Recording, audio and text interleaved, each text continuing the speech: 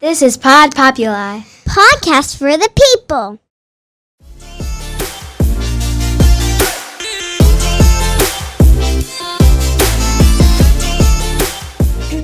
Hi, everyone, and welcome to the Femme Force Podcast. My name is Rachel Paskman, and I am your host. And today I am joined by one of my best friends, Samantha. Thank you for coming on the podcast. I appreciate it. Of course. Thank you so much for having me. Samantha has had a very diverse career in fashion and marketing and all of the above, and has gone from Chicago to New York. She's interned at some really amazing places. And now I look at her as one of my friends who really knows how to manage people. It's something she does really well. And so today we're going to talk a little bit about being a millennial and managing Gen Zs, because we see all the reels, which are hilarious online, of all of the things of having conversations with your Gen Z cohort and being like, no, okay, but maybe we shouldn't say that to our clients and things like that. So I wanted to get into that today. Perfect. Yep, that's definitely real. It is very real. So could you tell the listeners just a little bit about your background and kind of what you do and how you got into managing people now? Sure. So I am in corporate retail buying. So I went to fashion school, moved out to the West Coast, and knew I did not want to stay there. Yeah. And like you mentioned, I've just kind of been all around the country since then. But I have moved up through the ranks of just becoming an assistant buyer, up through the levels, and now I'm currently in buying at Joanne, the craft store, the corporate store office. Yeah. The fabrics. It's not Joanne Fabrics, it's Joanne, but then Joanne. I have to clarify.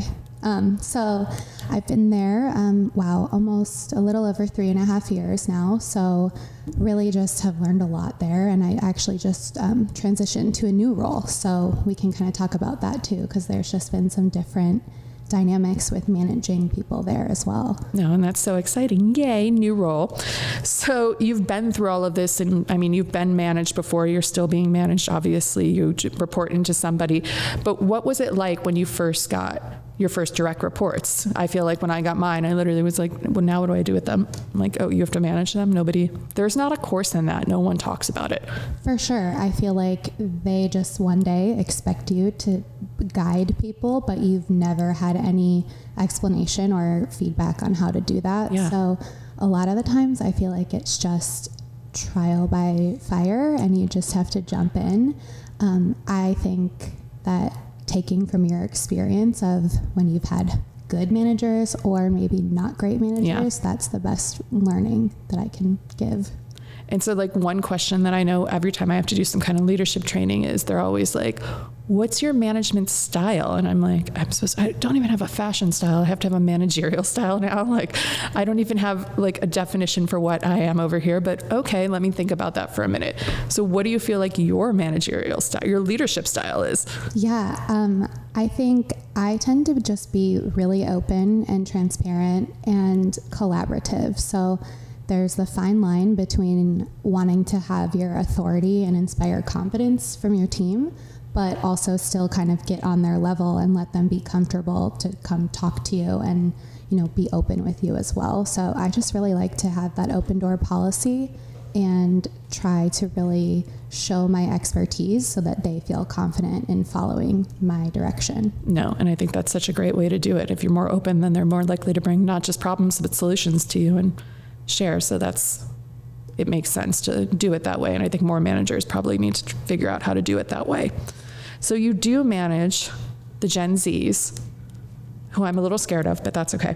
So talk a little bit about like the unique characteristics and the values that you're seeing this new generation come in. Like we were in the girl boss generation. It was hustle more than the 40-hour work week, like do this plus the extra degree, plus the podcast, plus whatever. And they are very mental health, which love that for them. It's making the rest of us rethink things, but like just the requests that you see online and the things that people are going to. So talk a little bit about that.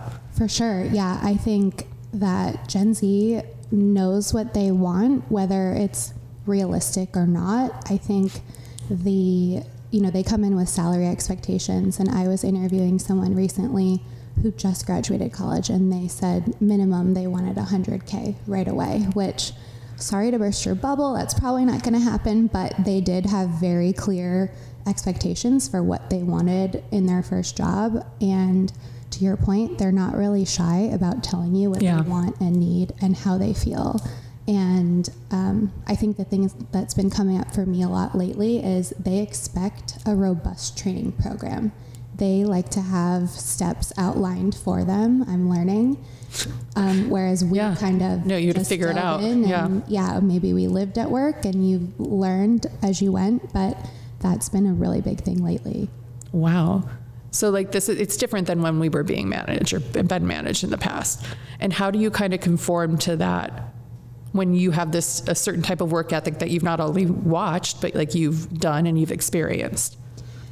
I think that the biggest thing is really just trying to understand the person. So I know we're talking about Gen Z versus Millennial, but every human is a little bit different too. Yeah. So they all want to be managed a little bit differently, and just making sure that you don't have a blanket style, because not everyone will respond to the same thing. So I try, with my new team, I came in, I really tried to hear them and understand what they wanted out of a manager, and then I'm able to kind of tailor, how often I meet with them one-on-one, or what type of direction they want, or how they like to receive feedback. Then you can kind of tailor it to that individual. I feel like the training thing that you pointed out is like a really big thing across industries also, because we had to go out and I had to email and be like, hey, there's this conference or this training. Like, you don't have to pay for it, but it'd be really great if you could. But I don't know, it's okay. I might be in the hospital right now, but it's fine. If that's okay, hi, help me. So thinking about it from that perspective, having those kind of trainings, I feel like they're not just asking for it for their current role, but for their future career. But I feel like if you give them those benefits, they're more likely to stay, the loyalty of it. Absolutely. I think they want to feel like they're being invested in, because the other thing that's really important to Gen Z is feeling their greater purpose and feeling like they can stand behind the values of the company that they're working for and how they're contributing on a global scale. So I think they expect to feel that back as well. And when you just kind of send them out to fend for themselves, they might not be feeling that. No, not at all. It's like Taylor Swift. I'm like, you would not have survived in the insane asylum. The asylum that we grew up in was completely different. For sure. They wouldn't have gotten to that place. And now that you have these people that are being managed by you, have you learned any tips or tricks along the way? Or if you had an aha moment, this doesn't work, I shouldn't be doing this, I need to revert to something else? I think for me, what I've learned over the last couple of years is there's this fine line between, like I said, being comfortable with them, but still maintaining this level of distance. I think they, in Gen Z, like to overshare.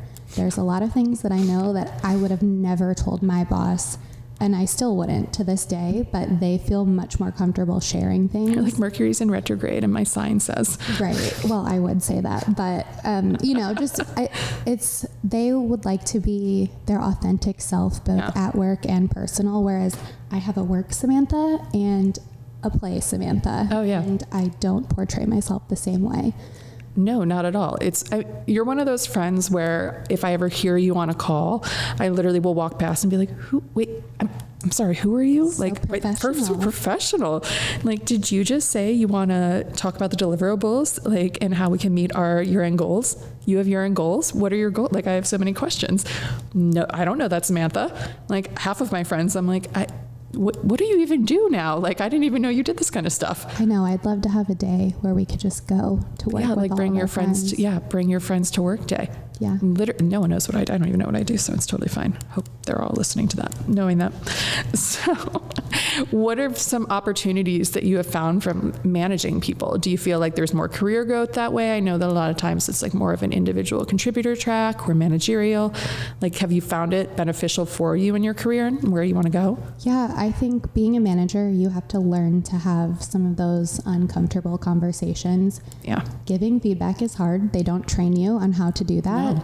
And I've had situations where, it might be positive feedback, or I've had to put people on performance plans, and it really just puts you into that zone where you can have some of those tough conversations, which are important for you just with, cross-functional partners or maybe even in your personal life. But I think if you want to continue in a corporate way, growing and moving up, you have to have that managerial experience. And I feel like they weigh in on feedback from your direct reports as well. And how you're doing and how you're giving that.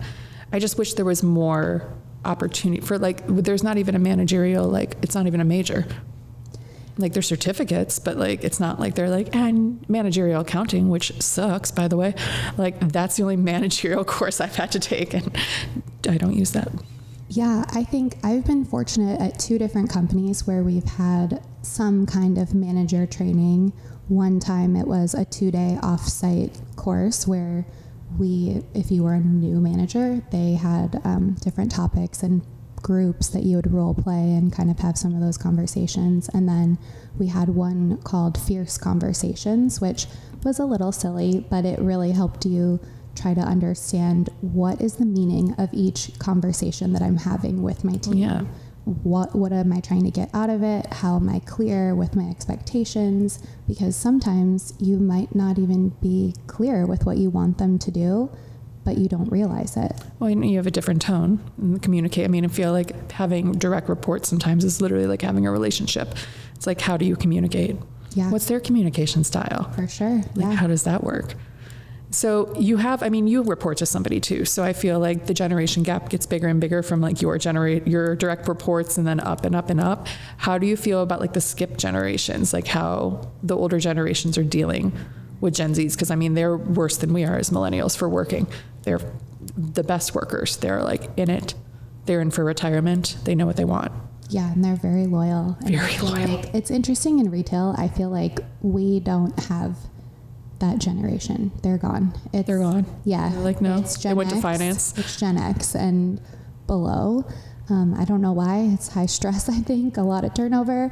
But I feel like they're at least a little bit closer. But I do feel like there's not a bridge between my superiors to the younger generation. Yeah. I feel like they're very far apart. No, that's so interesting. And when you're having that bridge, do you ever try to explain to the Gen Zs, this is how you branch it? I remember having a manager once and they were older than me and someone was I don't think they like me. We have nothing in common. And I'm talk about Japan. And they're what? And I'm he went on his honeymoon to Japan and he will talk about it 4 hours. If you bring up something about Japan, that will get you on a common ground. And then you guys will bond over anything about that he wants to talk about Japan, and then you'll be good to go. So Japan. Yeah, that's just great advice for life in general. People like to talk about themselves, so ask them about themselves. No, they were so nervous, and they were oh my God, it worked. We talked for 45 minutes, and I'm yeah, he wants to talk about his honeymoon. It was a big deal. For 45 minutes, he will talk about Japan. I remember details about this man's honeymoon, and I haven't talked to him in years. But when you're thinking about talking to the Gen Zs or your direct reports, if we want to call them, and trying to, find a strategy for how to lead them and how to teach them how to lead, are you trying to teach them from your millennial point of view and how you lead, or are you trying to go based off their personality? Because you said they share. It's a lot of sharing. There's a lot of sharing. So I think I try really hard to, like I said, that open door policy, I want them to feel like they can trust me, but also kind of setting that boundary. So you might be in a meeting and everyone's getting a little silly and they're kind of veering off to something, losing focus, and you might want to join in, but I think having that step back to reel everyone in just helps to still establish I'm the leader. Here's the example. You're the grown up in the room. Follow. Yeah, exactly. You have to be the grown. That partially takes a little fun out of it, but yeah, there's a nice way to do it, of course, but yeah, I think you just have to kind of stop them when they are sharing a little too much sometimes, change the subject, reel them back in, but they want to be heard as well. It's just, literally, I see those Instagram reels where they're are you in a tanning bed right now? Oh yeah, this is the only time I had.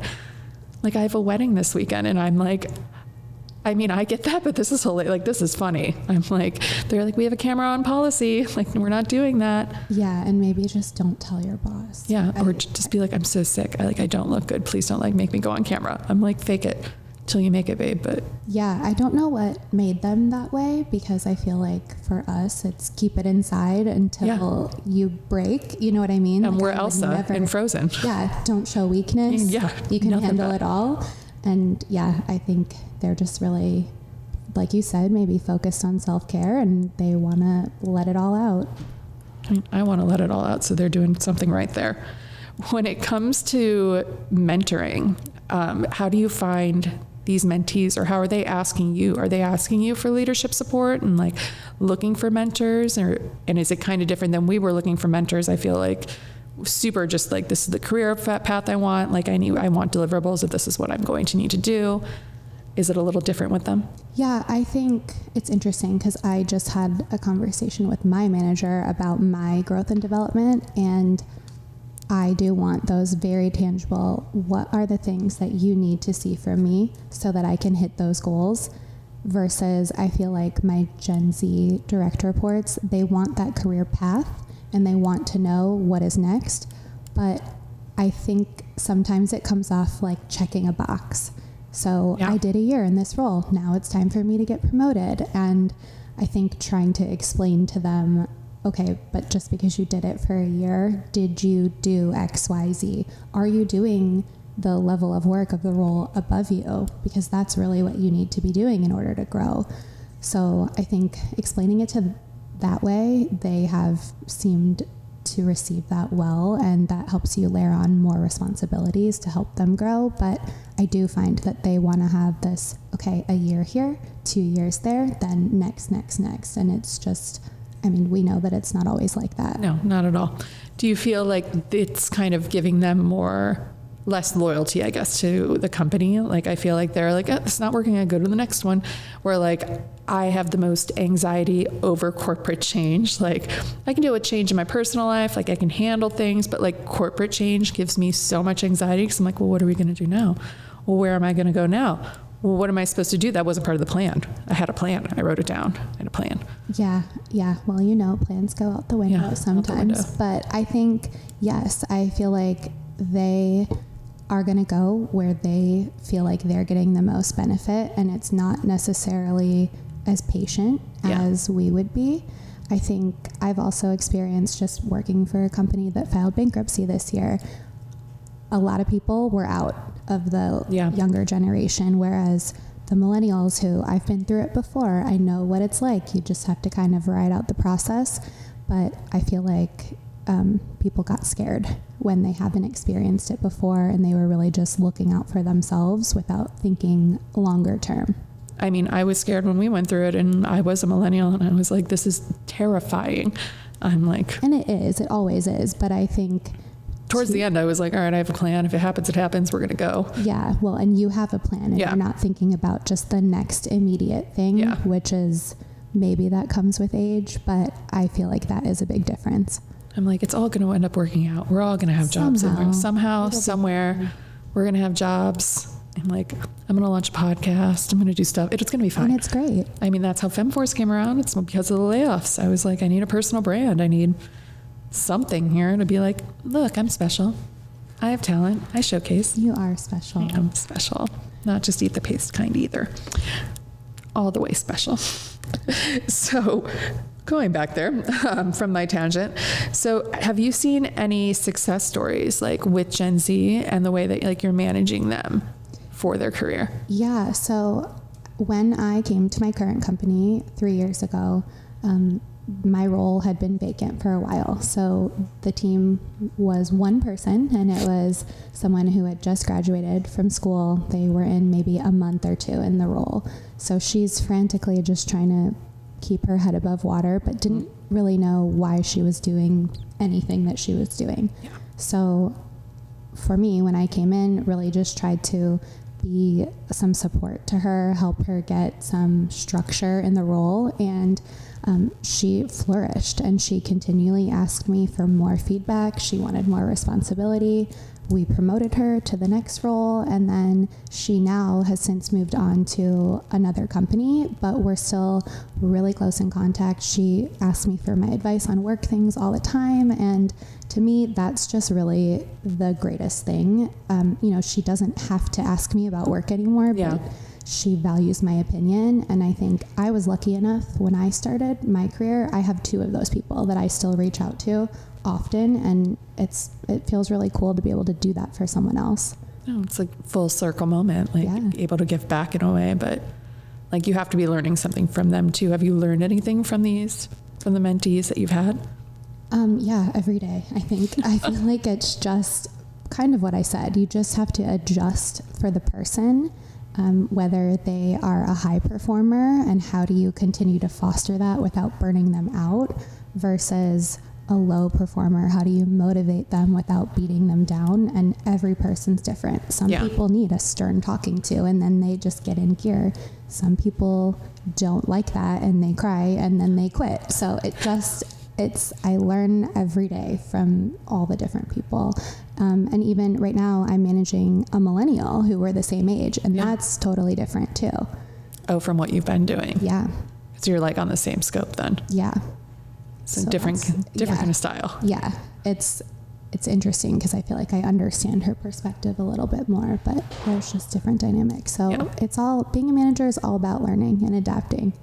I mean, you're my favorite manager. Oh, thank you. So have you had any experiences on kind of navigating challenges and setbacks as a manager? Like, do you feel like if you get the negative feedback that you might have been talking about, like if your direct reports, just if you're not vibing, things like that, what do you do in those kind of situations? Yeah, I have had some situations where I feel like I try really hard to come with a level of understanding and try to read if what I'm saying is rubbing them the wrong way or something like that. Yeah.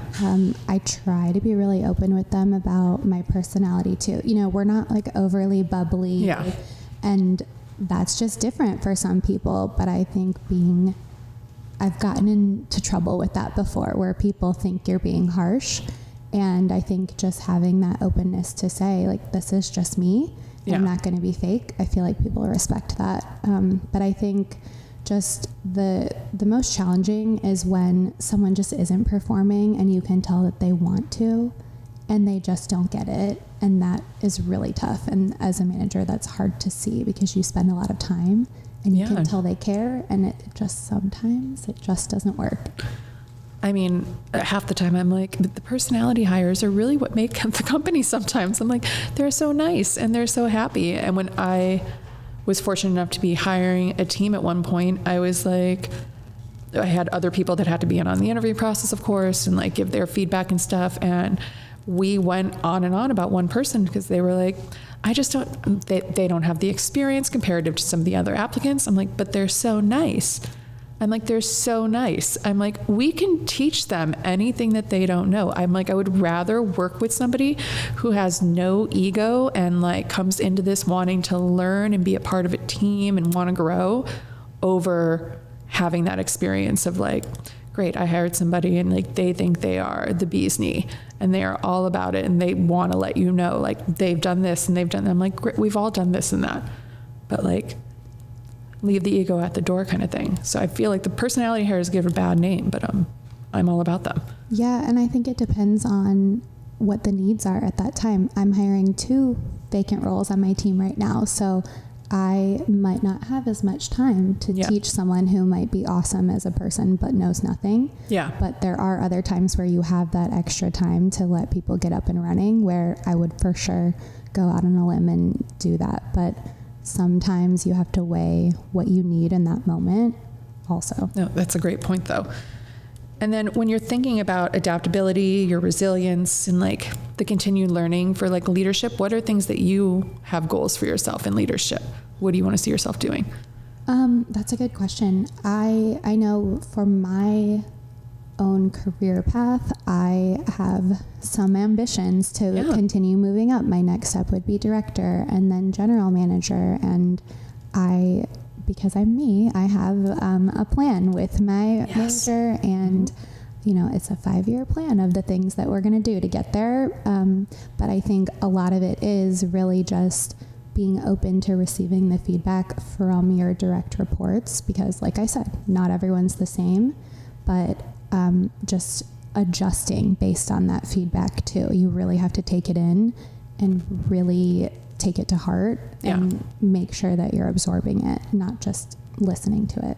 No. And like I'm trying to do you think the 5-year plans are smart to kind of lay out what you want to do? I mean, they can change, of course, but. Yeah, they definitely can change, but I feel like it helps you have something tangible, and also to know when you're in the grind every day and you're just tired and, you might feel overwhelmed, but at least it gives you something to know what you're working towards. And I think it also helps you assess, because millennials might be more loyal than Gen Z to a company, but at the same time, we're not staying anywhere 20 years because we do have goals and plans. And I wouldn't want 5 years to pass and realize I haven't hit anything that I set out for myself. Yeah, and nothing's going to be going on. And I feel like a lot of companies right now are in that standstill where you're like, all right, I had a plan, but we all just went through layoffs and that after COVID stuff, and so you have to like readjust. How are you with that, having that kind of culture where you're like, all right, guys, like we're doing bankruptcy, we're gonna have to let people go, we're gonna have to readjust and like go into a different model? How do you get through that?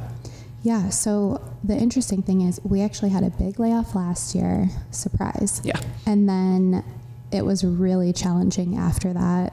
So I think just trying to be positive, but also not sugarcoating it. Yeah. Really just letting them know, yeah, guys, I'm tired too. This is a lot, the change in direction. I hear you, but here's why they want to change direction, so that they at least understand where it's coming from. That has been really important, and just trying to be as transparent as possible. So we've had a lot of things going on that maybe they're not telling me why, but I do advocate for my team. Yeah. And I tell them I will go find out and share with you. And so they know they can count on me at least to give them more information. So I think that has helped people. I think that's a good tip for any, don't lie if you don't know the answer. Like, that's the best advice I give for like dealing with C-suite execs. I'm like, if I don't know that right now, sorry, but I will find out, and I'll get right back to you. I'll look into it. Yep, we will circle back here, but every corporate terminology, but it's okay to not know everything. Like if you know everything, you're in the wrong room, go to a different room. Like this wouldn't. So true. Yeah, it just wouldn't work out that way. So what are, let's say, one stereotype that that's true that you love about Gen Zs, and then one stereotype where you're like, it's a little overplayed on social media? Okay. So I know we were just laughing about it, but the whole tanning bed situation, I feel like it hasn't been quite that bad in terms of, I do feel like they want to work. They want to come. They want to be there. They probably want to be there 9 to 5 and then that's it. Yeah. But I don't feel like they're often taking advantage or trying to get out of actually putting in the work. I feel like they have been portrayed a little bit as lazy, but I haven't personally experienced that. Although sometimes I think you just didn't need to tell me all the details of the things you're doing with. Yeah. Like, I'm going through some things and and keep it at that. Yeah. Just suppress. Yeah. I think something that I really actually appreciate about them is just, they've been through a lot. They were in college and it was COVID, and they had a lot of experiences taken away from them, which is pretty unfortunate. And I think in some ways it kind of changed their expectations of what a career would be. But I also think that they can adapt. So they had to probably go home one weekend and figure out how to do classes online. And we obviously all had to do that with work too. Yeah. But I do feel like they have been more open to change. Do you feel, that's a good point. Do you feel like COVID affected their social ability to be in a boardroom or a meeting, or you can do it online and unmute and mute again, raise your hand, but to do it in person, I feel like that's got to be so different from them. Like they didn't get to be in the lecture halls and things like that. Absolutely, 100%. I think, I mean, even for us coming back into the office and getting used to those free-flowing conversations, in my industry, it's really important to have, probably a lot of places, but to have your voice heard and really to speak up. And they didn't have to do that when they were on all their virtual classes. So yeah, I think there's this level of, are they oversharing too much, or even just being too casual in the way that they're speaking? I interviewed someone last week and she referred to herself as a girly. I don't remember what it was, but that stuck with me because maybe you say that at home, but I would never say something so casual in an interview. So I think they didn't just quite get that. Corporate girly. Yeah. I mean, you can say that maybe like online, but that struck me the wrong way. Yeah. So. Well, I think you're tailoring to them and what like their needs are, like you're saying. So they also have to learn to tailor to like, this is a job, this isn't college. Like you're not paying to be here. They're paying you. Right. I mean, we want it to be fun and we want you to enjoy coming here, but I also need you to have a level of, I can't let you speak in front of the CEO if you're going to speak like that. So I don't know that we had speech classes in college and, requirements for that, which I don't know that they had that. No, yeah, the Comms 101, I literally to this day, I'm like, that was the most terrifying class ever, but so worth it. For sure. So worth it. A lot. But I cried. I think it taught me a lot. Yeah, I remember looking at Nicolette's like, just stare at me, and I'm like, pick her. Don't take your eyes off of her, and like blacked out for like a good like 30 minutes. It was horrible. Yeah, but look at you now. I know, but they don't go through this. I tell people, high school kids all the time when they're like, is there one thing you wish you would have done more? I'm like, debate club. I should have been in debate club because that is going to teach you how to speak. It's going to, in front of people, it's going to teach you how to understand different point of views, and then to on your feet, explain your point of view in a very professional and empathetic way. Yep, respectfully, not emotionally. Yeah, for sure. And I'm like, debate club. Yeah. Like cheerleaders, no. Debate club. That's what you all should be doing. It's going to prepare you for college and your work life. That's a great suggestion. I know. I tell them all the time. They're like, you were in debate? I'm like, no. And like, I should have been. I'm not joking about, no, Mrs. Fippin's debate class, like, should have done it. Like, all those girls are excellent public speakers. Yeah. That's a great point. I know. So debate club, ladies, like that's what you should be doing. If there's one thing you take from this. Yes, debate club. Well, we are wrapping up. So I have one more question. It was not on the outline. So if you could give one piece of advice to your 16-year-old self, what would that be? Debate club. No, I'm kidding. I think just be open. And, we talked a lot about having a plan, but also understand that your plans will change. You have to be flexible, and that's okay to be uncomfortable. You're going to be all right. You're going to survive, and just don't sweat the small stuff so much. I mean, that's good advice for now too. Yes, I think I'm a lot better, but for sure, I wish someone would have really told me about that. Don't sweat the small stuff. It is important. Yeah, especially when you're not, I'm not my own boss. I want to work in corporate America, and that means things happen that are outside of your control. And I think just rolling with it and adapting is so important. I think that comes with age though. Like you got to go through it a couple times and then be like, all right, like I got through it once. I'm going to get through this. I already got through something. Like it's going to happen. Yep. I totally get that. Yeah. Well, thank you so much for coming on the podcast. I really appreciate it. Of course. Thank you so much for having me. This was great. Yeah. And everyone, remember you can find us on Spotify or Apple.